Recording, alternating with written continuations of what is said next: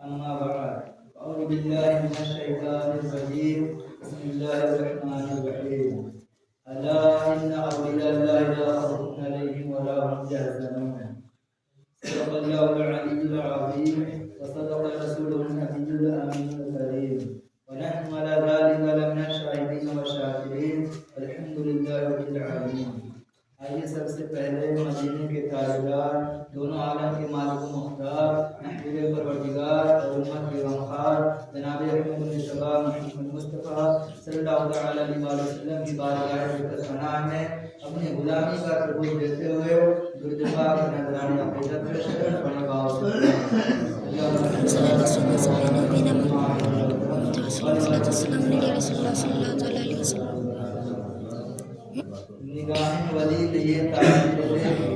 نگاہن ولی نے یہ تاثیر دیکھی بدلتی ہزاروں کی